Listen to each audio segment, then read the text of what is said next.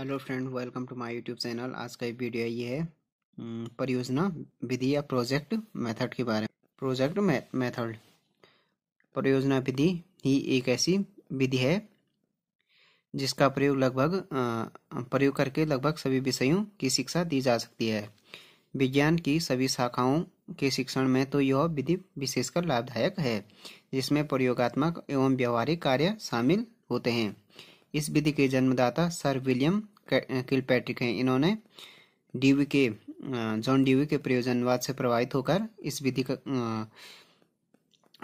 विधि द्वारा शिक्षा के सभी अंगों को एकता के सूत्र में प्रयोग कर शिक्षण को रुचिकर एवं जीवनोपयोगी बनाने का प्रयत्न किया। प्रोजेक्ट या परियोजना शब्द विभिन्न पक्षों को समझने के लिए आवश्यक है, इसका अर्थ समझा जाए तो प्रयोजन या प्रोजेक्ट जो विधि थी, इसके जन्मदाता था सर विलियम किलपैट्रिक। इन्होंने जॉन ड्यूई के प्रयोजनवाद से प्रभावित होकर ही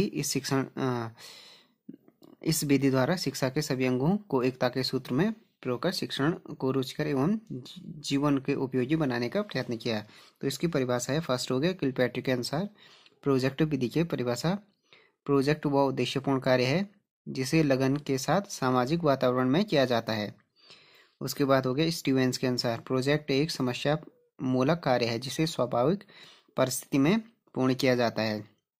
तीसरी डेफिनेशन दी है पार करने, यह क्रिया की एक इकाई है जिसमें विद्यार्थियों को योजना और उद्देश्य निर्धारित करने के लिए उत्तरदायी बनाया जाता है। उपयुक्त परिभाषाओं से ये स्पष्ट होता है कि प्रोजेक्ट या परियोजना विद्यार्थियों के वास्तविक जीवन से संबंधित किसी समस्या का हल खोज निकालने के लिए अच्छी तरह से चुनाव हुआ तथा प्रसन्नतापूर्वक हाथ में लिया जाने वाला वह कार्य है जिसे पूर्ण स्वाभाविक परिस्थितियों में सामाजिक वातावरण में ही पूर्ण किया जाता है। परियोजना विधि का स्वरूप या प्रकृति। इस प्रकार की विधि में शिक्षा का मुख्य उद्देश्य केंद्र प्रोजेक्ट ही होता है। विद्यार्थी किसी समस्या के समाधान के लिए किसी उचित प्रोजेक्ट को अपने हाथ में ले लेते हैं तथा इस विधि में क्या होता है, इस प्रकार की विधि में शिक्षा का जो मुख्य केंद्र क्या होता है, प्रोजेक्ट या योजना ही होता है। किसी समस्या के समाधान के लिए किसी उचित प्रोजेक्ट को क्या हाथ में ले लेते हैं तथा योजनाबद्ध कार्य करके उसे पूरा करने का प्रयत्न करते हैं। परियोजना पर कार्य करते समय उन्हें जिस प्रकार के ज्ञान की आवश्यकता होती है वह उसी समय अर्जित कर लिया जाता है, चाहे वह किसी भी विषय से संबंधित क्यों न हो। इस प्रकार इस विधि में प्रासंगिक ढंग से पढ़ाई की जाती है। प्रोजेक्ट विधि के अंतर्गत कार्य करते समय विज्ञान से संबंधित जिन सूचनाओं, सिद्धांतों आदि के ज्ञान की आवश्यकता होती है वह ज्ञान विद्यार्थी को उसी समय प्रदान किया जाता है। परियोजना कार्य जॉन ड्यूई के व्यवहारवाद पर आधारित है। जॉन ड्यूई ने शिक्षा को जीवन के लिए और जीवन द्वारा बनाने पर बल दिया। स्कूल और घर के जीवन में खाई को कम करना चाहिए। तो परियोजना कार्य जॉन ड्यूई के क्या है, व्यवहारवाद पर आधारित है। जॉन ड्यूई ने क्या किया कि शिक्षा को जीवन के लिए तथा जीवन द्वारा बनाने पर बल दिया। स्कूल और घर के जीवन में खाई को कम करना चाहिए। इस योजना के मुख्य सिद्धांत निम्नलिखित हैं। फर्स्ट हो गया करके सीखना, दूसरा हो गया जीवन से सीखना, तीसरा हो गया विद्यार्थी के सहयोग और सहचर्य द्वारा सीखना। परियोजनाएं प्राथमिक कक्षाओं के लिए बहुत उपयोगी होती हैं और छोटे छोटे समूहों में अच्छी तरह से कार्य करती हैं।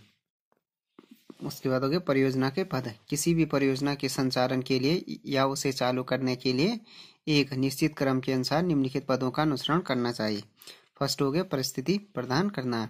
सर्वप्रथम अध्यापक विद्यार्थियों को वैसी ही स्थिति प्रदान करे जिसमें कुछ समस्याएं हों। ये परिस्थितियां विद्यार्थियों के साथ वार्ताओं के द्वारा प्रदान की जा सकती हैं। ये वार्ताएं विद्यार्थियों और अध्यापकों की रुचियों के अनुसार ही होने चाहिए। इस प्रकार ऐसी परिस्थितियों का सामना करने के लिए विद्यार्थियों में अनुकूल प्रोजेक्ट को हाथ में लेने की इच्छा जागृत होती है। तो परियोजना का फर्स्ट पद हो गया परिस्थिति प्रदान करना। दूसरा हो गया चयन और उद्देश्य। इस पद के अंतर्गत अध्यापक विद्यार्थियों की परिस्थिति के चयन में सहायता देता है। परियोजना का चयन विद्यार्थियों पर लादना नहीं चाहिए। अध्यापक विद्यार्थियों के सम्मुख विभिन्न परियोजनाएं प्रस्तुत कर सकता है, लेकिन चयन के बारे में निर्णय स्वयं ही लें। अध्यापक यह देखें कि परियोजना का उद्देश्य स्पष्ट रूप से परिभाषित हो। यदि विद्यार्थी किसी गलत परियोजना का चुनाव कर लेते हैं तो अध्यापक युक्ति से उनका मार्गदर्शन कर सकते हैं ताकि वे धन व समय की बर्बादी न करें। तीसरा हो गया योजना। चयन की प्रक्रिया के पश्चात विद्यार्थियों को परियोजना की विस्तृत योजना तैयार करनी चाहिए। अध्यापक इस कार्य में भी विद्यार्थियों का मार्गदर्शन कर सकता है, लेकिन अपने सुझावों को उन पर थोप नहीं सकता है।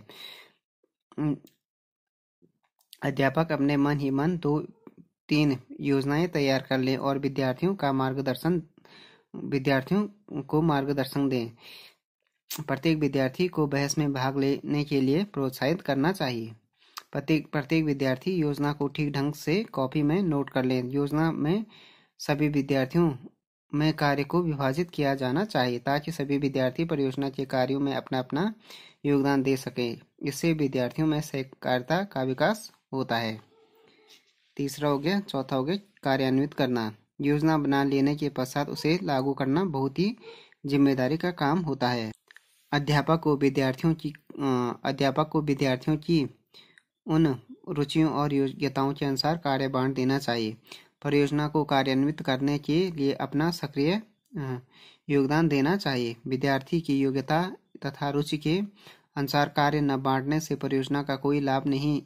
जैसे पेंटिंग या ड्राइंग का कार्य उस विद्यार्थी को दिया जाए जो एक सीधी लाइन भी न खींच सके तो कोई लाभ नहीं होगा। इस पद में अध्यापक और विद्यार्थी के धैर्य का होना अत्यावश्यक है। अध्यापक को समयानुसार निर्देश देते रहना चाहिए। पांचवा हो गया मूल्यांकन। परियोजना की समाप्ति पर सारे कार्य का मूल्यांकन किया जाना चाहिए। त्रुटियों को नोट किया जाना चाहिए। विद्यार्थियों को स्वयं अपनी आलोचना करनी चाहिए। विद्यार्थी को यह देखना चाहिए कि परियोजना के उद्देश्य किस सीमा तक प्राप्त कर लिए गए हैं और उनमें क्या कमी रह गई है। उसके बाद हो गया रिकॉर्ड करना। परियोजना कार्य का सारा रिकॉर्ड विद्यार्थियों को रखना चाहिए।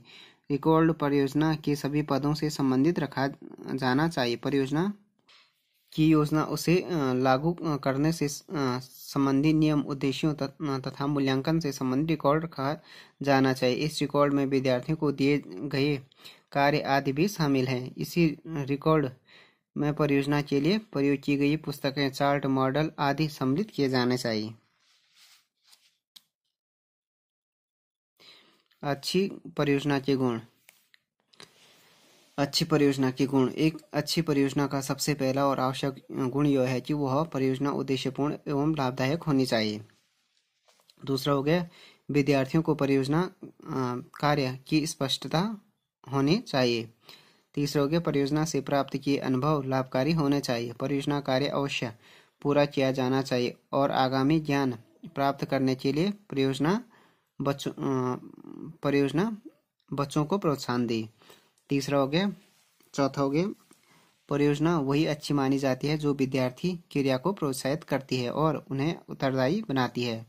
विद्यार्थियों में स्वतंत्र चिंतन और योजना को प्रोत्साहन देना चाहिए। परियोजना विद्यार्थी को क्या मानसिक और शारीरिक रूप से व्यस्त रखे। सिक्स्थ हो गया विद्यार्थी और अध्यापक दोनों को ही सक्रिय रखे वह उत्तम परियोजना कहलाती है, लेकिन विद्यार्थियों की सक्रियता अधिक आवश्यक है। परियोजना कार्य चुनौतीपूर्ण होना चाहिए और विद्यार्थियों को प्रयास करने के अवसर दिए जाने चाहिए। यह अधिक कठिन भी नहीं होने चाहिए और अधिक आसान भी नहीं होना चाहिए। अब हो गया परियोजना की विशेषताएं। परियोजना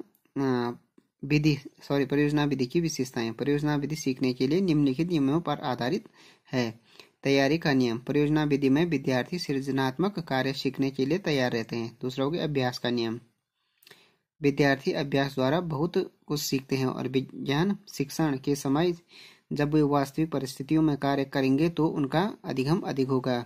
सी हो गया प्रभाव का नियम। अधिगम प्रक्रिया सफलता और असफलता से बहुत प्रभावित होती है।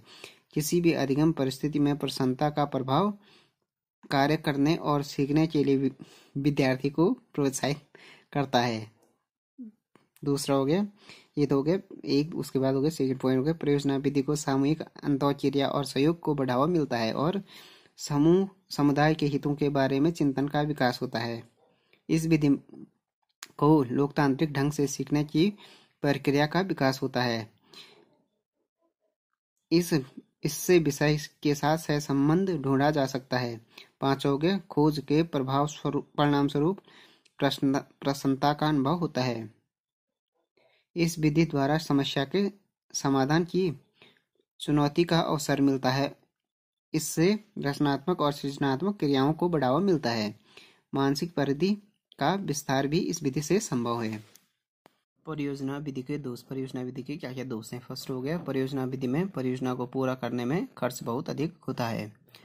अध्यापक पर काम का अधिक बोझ बढ़ता है। अधिकतर समय वह योजना बनाने, तैयारी करने व मूल्यांकन करने में ही व्यस्त रहता है। उच्च कक्षाओं का पाठ्यक्रम प्रोजेक्ट के द्वारा पूरा नहीं किया जा सकता है। परियोजना के लिए संदर्भ सामग्री का अभाव रहता है। 5वां दोष हो गया, परियोजना के लिए सुसज्जित प्रयोगशालाएं, वेल इक्विप्ड लेबोरेटरीज चाहिए अथवा यह विधि बहुत अधिक खर्चीली है।